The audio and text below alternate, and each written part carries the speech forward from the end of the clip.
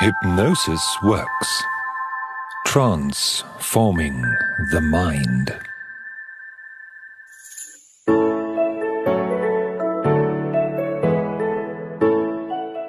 Hi there, I'm Hendrik Baird, a practicing non-medical hypnotherapist currently based in Pretoria, South Africa.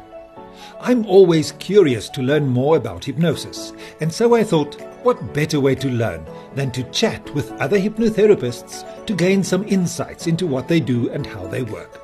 So join me as we explore the fascinating world of the mind and of hypnosis.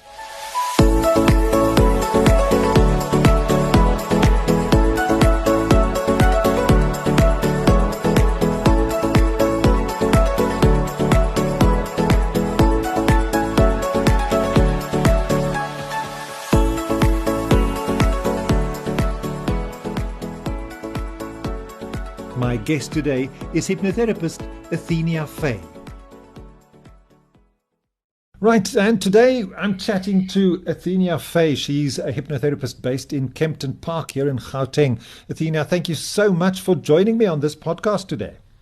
Thank you, Hendrik, for having me. This is a wonderful privilege. Now tell me a little bit. We've never met. I don't know you from a bar of soap. Tell me a little bit about yourself and who you are. Like you said, I live in Kempton Park, and I have been a hypnotherapist now for a good few years. Got a long background in corporate. I've spent a lot of time working in corporate, and eventually just decided that I actually do want to do something that's far more meaningful in the world, and so I branched out into the therapeutic side. And I'm a mum, I'm a wife, and just a normal, regular person, I guess. Well, if you're a hypnotherapist, you can't be a normal or regular person. True story, that. But we don't tell people. So tell me about your journey into hypnotherapy. How did that happen, and where did you train, and how did you open your practice? Give me a bit of history. It was very interesting, actually. I met this friend when I worked in a bank. And I met this friend, and she was very spiritual, which at that time was very foreign to me. I come from a very religious background, Christian background. And we met for coffee quite frequently at the bank, and she started talking about past lives. And I was like, what is this? This is crazy. This is weird. And eventually she convinced me that I need to go for a past life therapy session. So she told me just Google, and which I did, and I found somebody out in the north, and I booked my session. And I went to her, and of course, as luck would have it, we did not have a past life session, but we had a very good session, a very, very good session, and I was quite intrigued. And then I had a different issue that I actually wanted to resolve. And I thought, you know what, I'm going to try this again. But I wanted to try somebody different, just see, she said in her little write-up on the website, she said she specializes in this thing. And I thought, well, I'm going to try somebody who says that this is their speciality. So I went to this lady and different lady. The session was fine. But while I sat there chatting, I actually observed that she had a certificate on the wall, and she'd studied psychology. And of course, I was studying psychology at the time. And we were chatting about my studies, and she said, have you ever considered studying hypnotherapy? And I said, no, that's crazy. Like where I come from a religious Christian background. No, that's no ways. And she said, you know what? She said, it really will make a huge difference eventually to your practice. She said, you really will see how these two modalities work so well together. She said, you really should look into it. And she told me where she had studied. And so I went and had a look. And of course, the company SAI, South African Institute of Hypnotism, they have a one day where you can just kind of go and you can get a sense of, do I need this? Do I like this? Is this good for me? And they basically teach you that all hypnotism is self-hypnotism. You have to do it yourself. And so that was quite interesting for me. And then, of course, I saw that they had a whole curriculum. And I'm going to call it, but I'm a certificate slut. I collect them, and I I love studying and I love having these certificates on my wall. And and I just saw this as an opportunity to, one, collect plenty of certificates, because each modality that you went through, each section you went through, you got a certificate, and each section built on the previous section. And eventually it was like, you were fully qualified if you kept going with it. And I thought, yes, this is working for me. And of course, what it did was it gave me the opportunity to actually open my practice, whereas psychology, it's a long, long, long journey. And I'm still on that journey, but you have to be a qualified psychologist to have your own practice, and that journey continues. But to be a hypnotherapist, I could actually get my own practice. So in 2016, when I finally graduated, got certified as a full hypnotherapist, I was like, okay, cool. And I started my practice. My practice runs from home. And it's been amazing. I've facilitated, I keep track, because obviously, like I said, I'm a certificate slut. I'm also somebody who's an overachiever, and I have to keep track. I'm very organized and very, very structured. And I keep track of how many sessions I've done. And I've done 400 therapy sessions, which is huge for me. And it's been an opportunity to make a difference in the world, to actually, help others to heal all the stuff that they want to heal. And as my journey's progressed, it's allowed me to embrace my spiritual side. And of course, now I'm far more spiritual. I love it. I've absolutely loved being able to help people and being able to offer something that I know is really going to make a difference. There's lots of modalities out there, but because this modality works with the subconscious, you are changing somebody's mindset, properly changing it. It's not just, we're not just talking about it. And it makes a huge, huge difference. When I can actually see that I've made a difference in the world, that's when I know this is what I'm supposed to be doing. So that's my journey. That's really interesting. Now, coming from a religious background, I've had many people pray for me and saying, we're really worried about you because you're into this demonic thing. And people say, I don't do hypnosis because I'll be filled with demons. Yes. And those obviously are some of the beliefs that you had. And how did you get to change them? Yes, no, it's been fascinating. My journey, luckily, towards spiritualism had shifted, thankfully, had started to shift already as early as 2009. The right books came to me. The right kind of things started to come to me. The law of attraction was introduced to me. And from there, as soon as I received the law of attraction, I was like, okay, this resonates. This feels good. And slowly but surely, more and more books sort of came, and more learnings and teachings and teachers, the likes of Louise Hay, Wayne Dyer, those kind of teachers came to me. And I couldn't tell you how it happened, but I was actually able to get to a place right now where I'm actually an omniist, which is somebody that believes that there is truth in all religions. And this is huge for me because I came from a place where, a lot of the time religion can be very judgmental. And I really started to question. I questioned the things I'd been taught, things I believed, and I questioned, if we're all love, which is what we're supposed to be, and all these religions teach us that we are all love, why are we judging each other so much? And I really, I've had a fear of judgment. I've struggled with fears around judgment and inferiority complex and not being good enough and not, that kind of thing. I've really worked through that. And I struggled to eventually put the two together. How does such a strong religion, how is that actually aligned with love, and how is it aligned with who we actually are from a spiritual light perspective? And I think it's taken a long time for me to make peace with that. What I can say now, I'm very blessed and very fortunate that I have not had those people come and say that I'm going to hell and that they want to pray for me. I actually haven't had any of those people. The clients I see, very interesting enough, some of the clients I see are actually Christians. And it's so fascinating for me because I sit there saying, you're a Christian, you don't believe in these things, why are you here? And they will say to me, well, look, I've heard it works. And you can see they're also on this spiritual journey where they actually are questioning, we believe in Jesus, we believe in God, we believe in all these things, but perhaps there's also more. And I think, those kinds of people are the ones that's one of the kind of client that I do get is and it helps me because I have the Christian background. I can talk the same way. I understand it because I still believe so many of those things. I've just widened my perspective. They're still part of me. I'm still very, very much, I still pray. I still do everything that I used to do. I still believe in Jesus. I still believe in God. And I still speak those things and speak those words over my life and believe in his protection. But I am able to bring the other side into it as well, and I can integrate the two, and I can explain it to people, and I can speak their language, which has made a huge difference in terms of being able to have rapport and to being able to talk to a client and have that client trust you. I find it so interesting that, you say very religious people are so judgmental.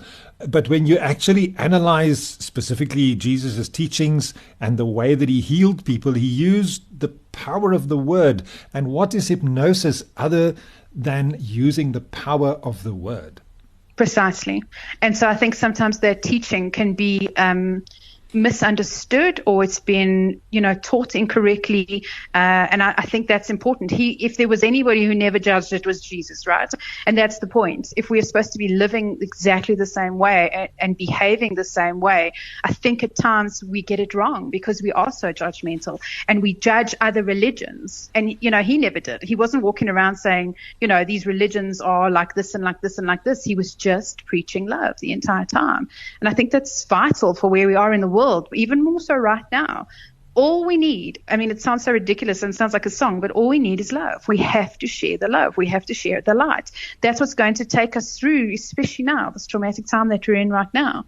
Indeed. Now, the other thing you mentioned is psychology. And according to the law, only psychologists are legally allowed to practice hypnosis. Did you know that? I did not know that. No, I was never taught that. And no. Did you learn in all of your psychology studies, have you ever learned anything about hypnosis? Not in the least. There's times that you'll hear who may have been, so like they may have mentioned, let's say they'll mention Eric Milton and they'll say this is who he was for argument's sake, but they don't dig deep into that. But it's been interesting to see through my psychology studies and through, I'm also a coach. So I'm a certified life coach, executive coach, and I've got NLP background. I've studied NLP. So when you look at all of these different modalities, it is so interesting to see that hypnosis is there all the time. It's through everything. Hypnotherapy, a lot of hypnotherapy comes from a very strong psychology background, or the other way around. They kind of work with each other. And that's been exciting for me to know that I've got these three different sides, the coaching, the hypnotherapy, and the psychology side, because I do believe it makes me a better therapist.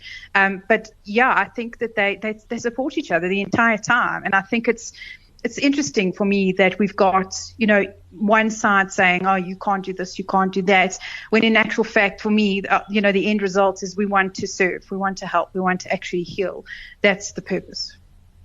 Now, tell me about your practice and the kind of people that you see. It seems to me every hypnotherapist attracts kind of a certain, somehow, I don't know why, but you all seem to attract what we probably need to learn the most. I don't know. Is that true for you?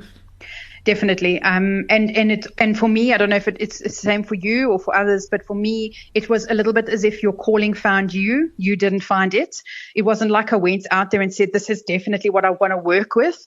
It was more a case of they kept coming. And then I kind of went, this is interesting. Is this where I'm meant to be? And my kind of client is very, very interesting. It's sexual trauma.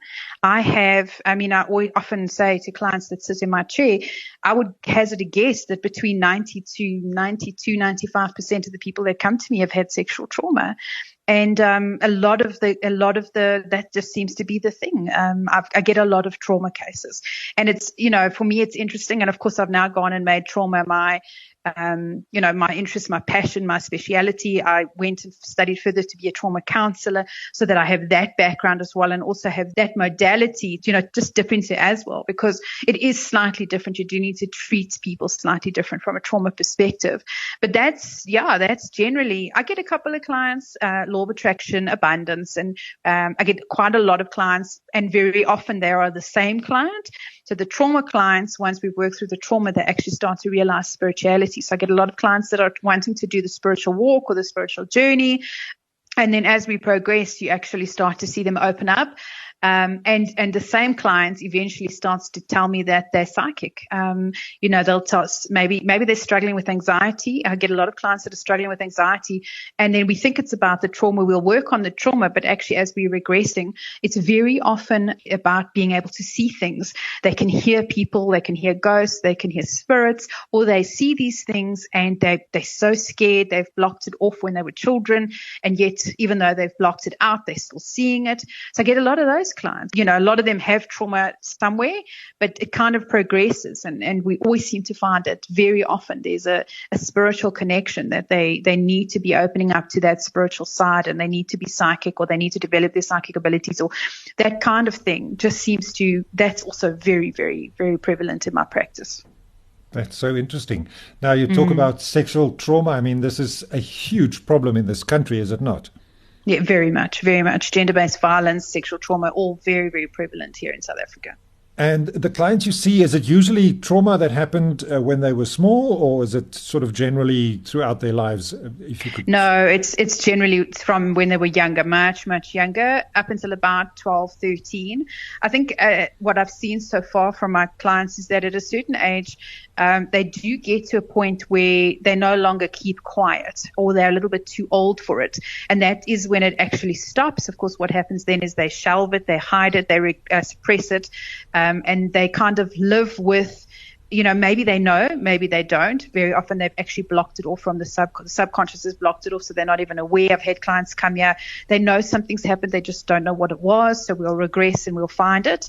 And then other times they'll tell me straight, they know who it was, when it was, and they want to actually heal it. It's generally childhood. Most of it's childhood. There's very few people I haven't seen people that come to me and say, oh, it's happening now, or it's just happened. Okay, so you talk about regression and those sort of things. Talk to me about the process you would use to help somebody to deal with sexual trauma.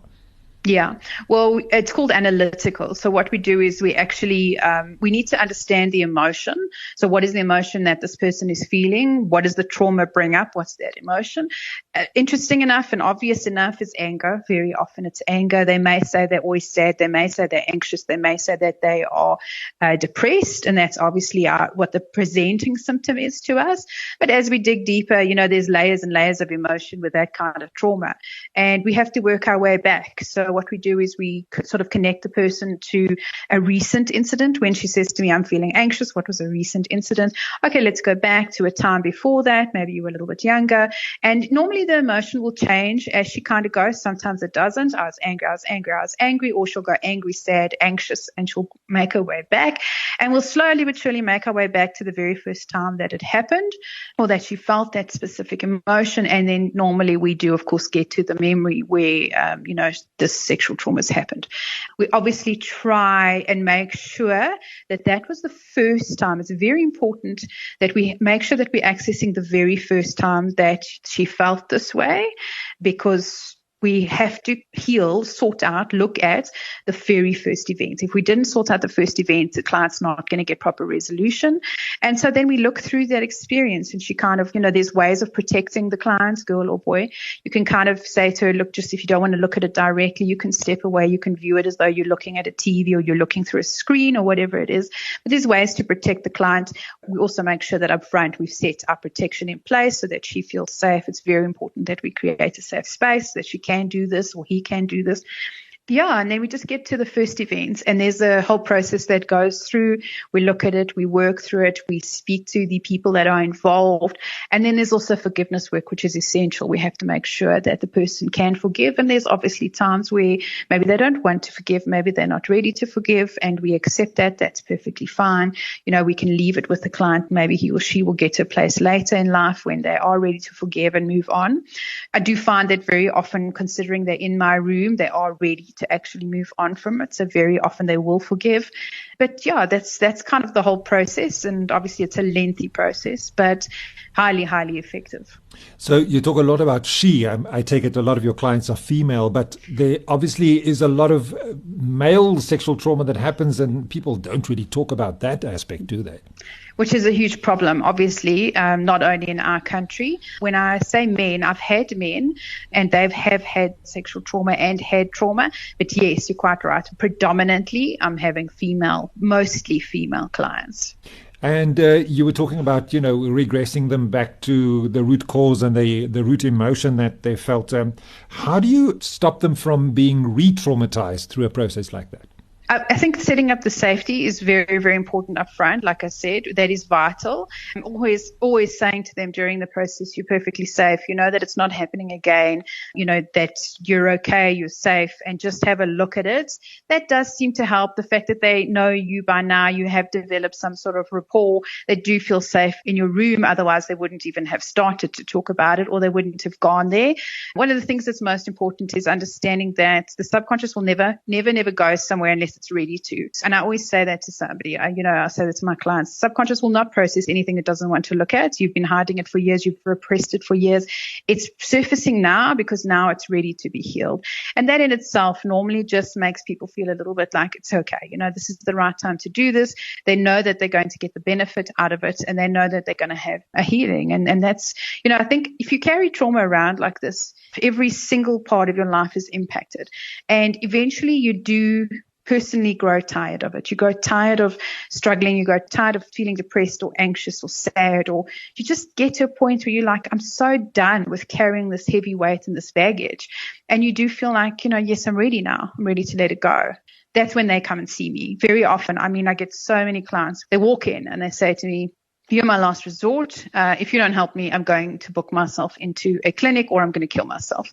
And that to me tells me I'm ready. I'm ready to now heal this trauma. I'm ready to be done with it. It's enough. I've finished with it now. I can't tell you how many times a client have come to me and said, listen, you're the last hope. If this doesn't work, I don't know what I'm going to do. And they've usually done so many other things. Why is it that hypnotherapy is always last in the queue, but most probably the thing that should have been first and is probably the most effective and quick modality, quick process to help people to heal? Yeah, and I think what you're doing just highlights we need the education, and you're doing these podcasts. We need the education about this. There's such a stigma about it. People will say, "Oh my word, no, I'll never try hypnotherapy. You can manipulate my mind. You can do this. You can do that. You're in control." And they don't know you're not. You're not in control. They are in control. They are always in control. And of course, hypnotism itself has been made out to be, when you look at the likes of entertainment, and you can go and watch somebody and he's making fun and he's making you dance like a chicken and all of those things. Those things have all contributed to the stigma. And so people don't know what they don't know. And that's the problem, is that it has to be the worst, then they, at the end of it, they are finished. This is like, okay, well, you know what? I've tried everything else and nothing else works. And so I may as well just do this, because honestly, if I'm going to go to hell for this, then I may as well go to hell because I'm already living in hell, right? Yeah. And that's how they feel. Wow. So then eventually they go, well, okay, it's worth it. If I'm going to go to hell, it's worth it. And of course, by the time you're finished with the session, they go, wow, it wasn't what I expected. Wow, that was amazing. Wow, I feel 1,000 times lighter. I feel so connected. I've had a client, she left you and she said, everybody should do this. Every single person in the world should do this. And that's what you want. You want people to sort of go, okay, wow, like you've really helped me to heal something.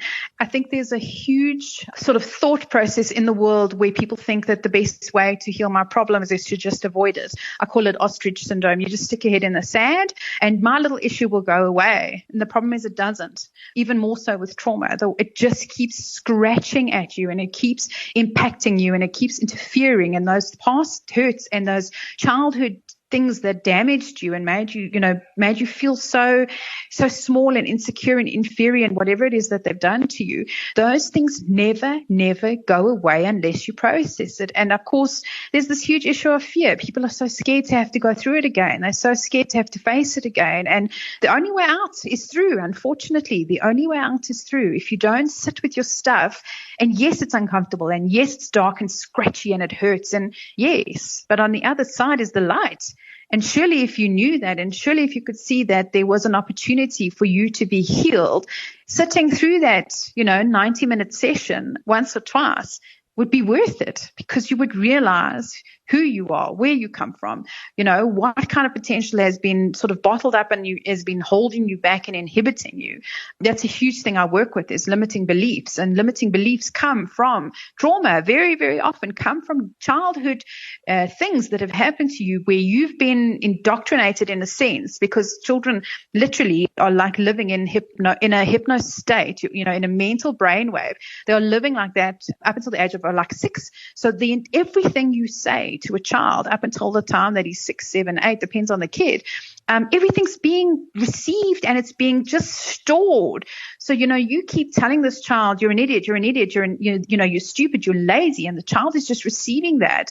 And that is trauma that becomes stored, and it literally dictates how that person will show up for the rest of their life.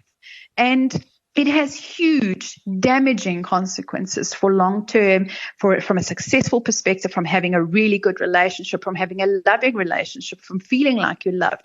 All of the things you receive when you're a kid, any experience, you take it, getting for a girl, for a boy to be molested when they're 3 years old, that embeds within the subconscious so many limiting beliefs. I'm not good enough. I'm not worthy. I don't deserve to be loved. I am not loved. I am useless. I'm lazy. I'm worthless. All of those things get received during those experiences, and that literally dictates the way you show up in the world for the next however many years. And if you don't heal those things, if you don't examine those things, if you don't look at those things, you will never be free of them, and you'll never, be able to reach your potential and embrace the greatness that you are. And discover the universe within. As you say, people then Absolutely. go onto a spiritual kind of journey because they realize there's this universe and this huge truth within me. Let's explore that then further. And the trauma stops you from doing that, because you do not feel worthy enough to be connected to the spiritual world, to the universe. You do not feel like you deserve. You do not feel like you're good enough to be here. You are literally punishing yourself. And very often, one theme that comes out all the time is self-sabotaging. You're self-sabotaging yourself because of those limiting beliefs. You're not connected to the universe because you don't believe you deserve it. You don't believe that you should be, that you can be, that you are. And it severs your connection to spirit. So practically, if a client comes to see you, obviously it's not just one session. How many sessions would you usually work with somebody who presents with problems like this?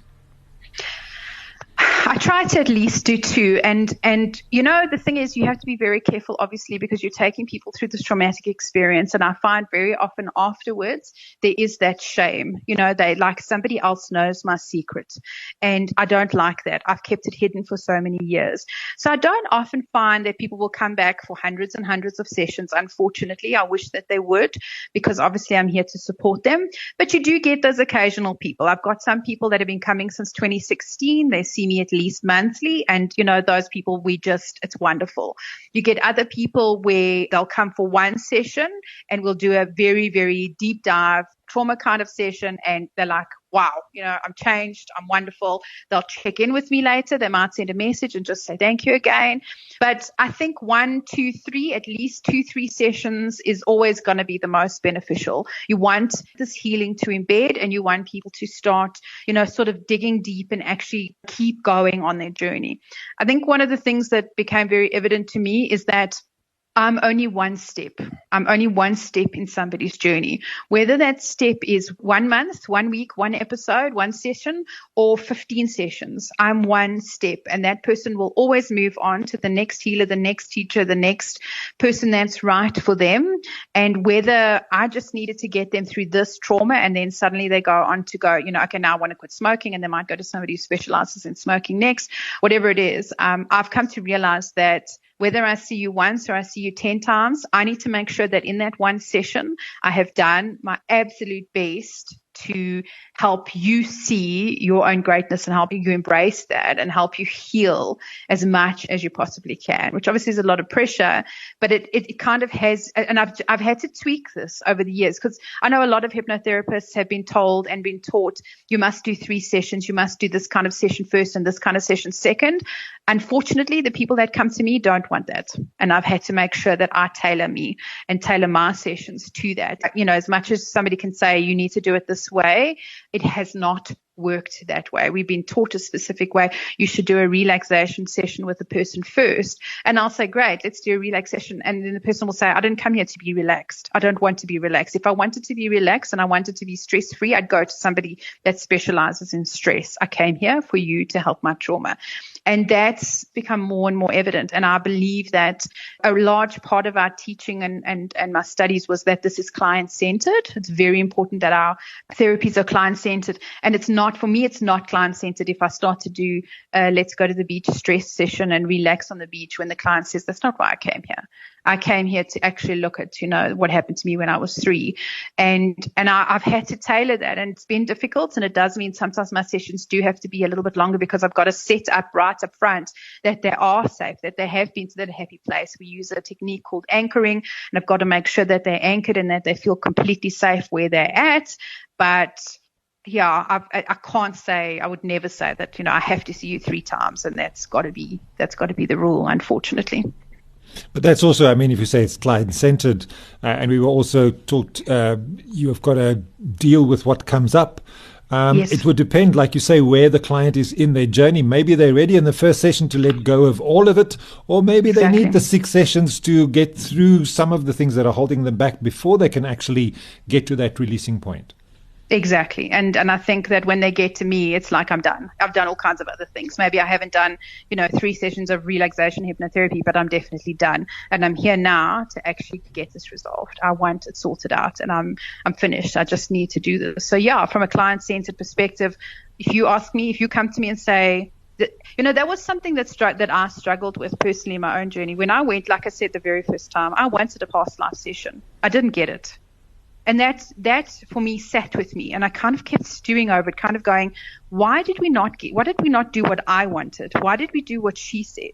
And then when I went to go and study, I was like, oh, okay, they taught that they have to do this session first, then this session. But if I don't want to go back to her, let's say there's no rapport, there's this or this, that. If I don't want to go back to that person, I've ruined my chances of getting that experience, and it's cost me money. And it's expensive. Therapy is expensive, and it is, unfortunately, a lot of the time a luxury. I don't call it a luxury because I believe it's essential, but people view it as a luxury. If I've got to choose between having bread and milk on the table and paying 600, 700, 900, 1,300 Rand for a therapy session, which one am I choosing, And they don't choose therapy. Obviously, like I said, they just go ostrich, they just bury it.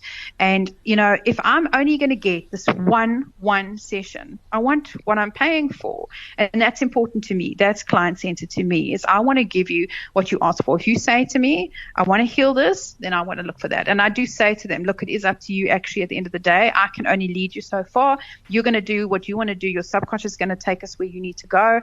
My intention is to help you get there, and they need to know that. And I try desperately to make sure that they do get the healing they came for, because that's what I believe is the purpose. Is at least it's my purpose. Maybe not for others, but it's my purpose. If I'm here to heal you and help you heal, then I need to make sure that I've done that. Because if I never, ever, ever see you again, then I need to have made a difference.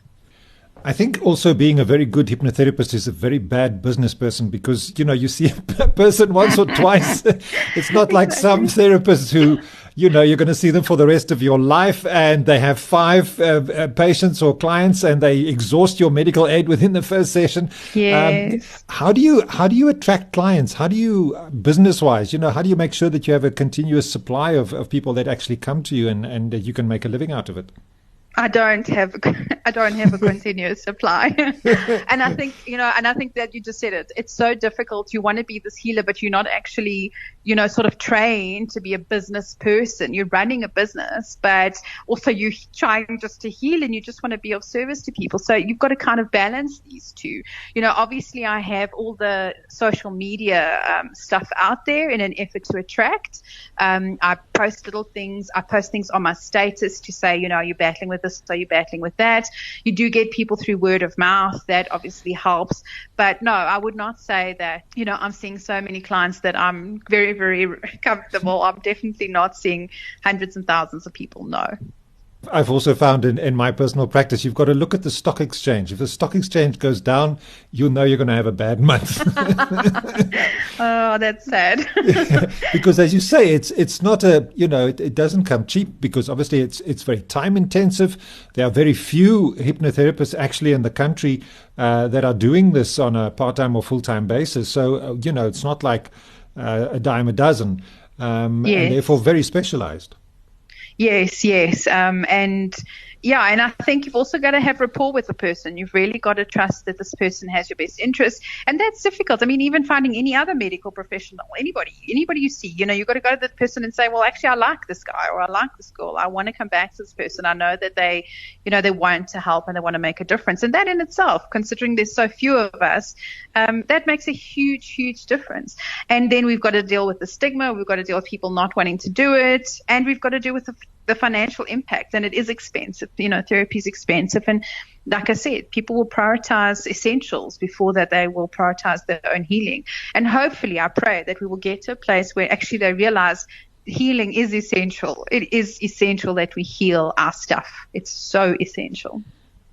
I was speaking to another hypnotherapist in one of the other episodes who said to me that COVID-19 has actually changed our attitude towards healing, and people are becoming more compassionate because of it, are more open to change and to improving their own lives. Do you find COVID has had an effect on you and on your practice in this kind of way? I think COVID's made me actually far more tapped into spiritual. It's given me the opportunity to actually understand from a spiritual perspective, why are we having COVID and how does that impact us, and what's actually happening from a spiritual perspective in the world right now. For me, COVID means that we need to heal. We need to heal a lot of things. We first, in the beginning, we needed to heal the world in terms of, less pollution and less getting out there and actually giving the world, the planet, an actual opportunity to just sort of heal and restore in the ozone layer, and all of that needed to happen. And we've done that. But from a spiritual perspective, we need to elevate. The whole planet is shifting. We're shifting consciousness, and we need to actually move and to elevate. And the only way that we can do that is to let go. It's to let go of all the stuff, to let go of all the traumas, to let go of all of the things we've experienced that have held us back, that keep us in fear. Right now, there's a huge amount of fear in the planet, and this needs to be released for us to actually be able to move into the next stage of this planet's evolution and our own personal spiritual evolution. And that's been quite wonderful for me to actually see it and to see how people are dealing with stuff and how people are actually, needing to heal stuff. I've seen so many things happening to people where they've been so triggered and you're being so scratched, and I'm saying to them, it's got to be healed. Your mother issue needs to be looked at. Your daddy issues need to be looked at. Your past needs to be resolved, because we cannot move forward and elevate the planet if we're in fear. Fear's got to go. The dark has got to go. And our shadow side is that. It is the dark. It's where we hide all our stuff, our shame, our guilt, all of those things that we, don't want anybody else to see. If we don't heal these things, the planet will take longer and longer to actually elevate. And, the minute that we actually do it, we can all move. We can all kind of like jump into the next stage of these things. We've seen so many people checking out, and by checking out, I mean leaving, dying. There's been so many people dying, yes, from COVID, but also from so many other things. I said recently, I can't believe how many times a day I say, I'm sorry for your loss on Facebook. Like every single day, there's somebody that's saying, I've lost so-and-so, I've lost so-and-so. And there's been so many people leaving spirit from spirit's perspective into the spiritual realm, and taking with them obviously their fears, taking with them whatever they needed to take with, which also helps to elevate the planet. But there's just still so much that needs to be done, and we all need to work together. We need to heal our stuff. We need to spread love. Like you said, the compassion, it's so vital. We have to actually start treating each other like we love each other, like we are love, and move away from this fear-based, hate-based mentality that we have in the world. It's dividing, and it's divisive, and it's caused so many hassles. And now we are being called from a spiritual perspective to actually elevate. Tell me practically, do you do in-person sessions? Do you do online sessions? How do you work? From a hypnotherapy perspective, because I generally deal with trauma, I prefer in person. So in the beginning, we had a permit so we could see people. I do see people now. Obviously, we're following COVID protocols, etc. But I prefer to see people in person because, and there's a reason, a very, very strong reason. And I know a lot of hypnotherapists can work online, and I can work online if we're going to the beach kind of hypnotherapy. But I can't have you stuck in the middle of a traumatic experience when you were 3 and your Wi-Fi goes down. Because then you're there alone. Nobody's supporting you. Nobody's talking you through it. Nobody's helping you heal it. And then I've got to try and get you back, and you've run out of airtime, or you've run out of data, or we're having an ESCOM problem where we've got no power.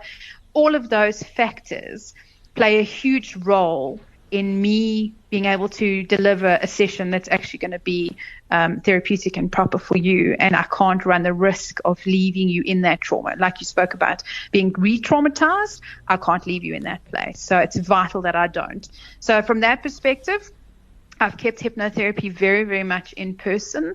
I do online coaching. I can do that kind of thing because that's obviously different. You're talking to me, you're in a conscious state, and if you disconnect, you can reconnect yourself, or I can reconnect, and it's not an issue.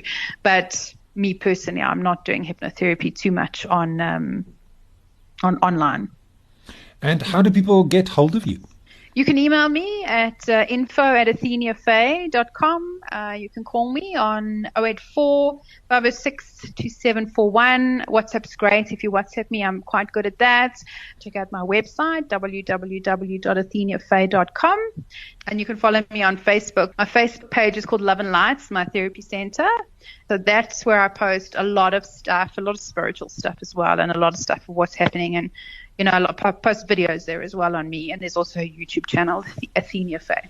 Okay, and one last question. If you were to tell somebody why they need to do hypnotherapy before they even consider anything else, what, in a nutshell, would your answer be to such a person? I would say that hypnotherapy, because hypnotherapy works at a subconscious level, that is where everything is stored. That is where all the problems have originated from. So if you start at the subconscious level, you won't need to waste your time doing hundreds of other things. You can obviously do those things afterwards in support, but I do believe if you want to get resolution, start with hypnotherapy. It is definitely the most effective way of getting the healing you're looking for. Athenea, it's been a wonderful pleasure speaking with you and so enlightening. Thank you, Hendrik. It's been awesome chatting to you too. Appreciate it. Cool. That was Athenea Faye speaking to us from Kempton Park here on the phone, and all the details will be in the podcast description. So make sure that you get hold of her, especially if you have some trauma issues and sexual trauma issues that you need to resolve. Well, I found chatting to my hypnosis colleague very interesting and insightful, and I trust that you did too. Their contact details are in the podcast description, or you can get in touch with them through findahypnotist.co.za. If you want to find out more about me and what I do, please visit my website, hendrikbaird.com. Remember, I release new episodes every Thursday, so be sure to subscribe to my channel. Until we speak again, have a hypnotic day.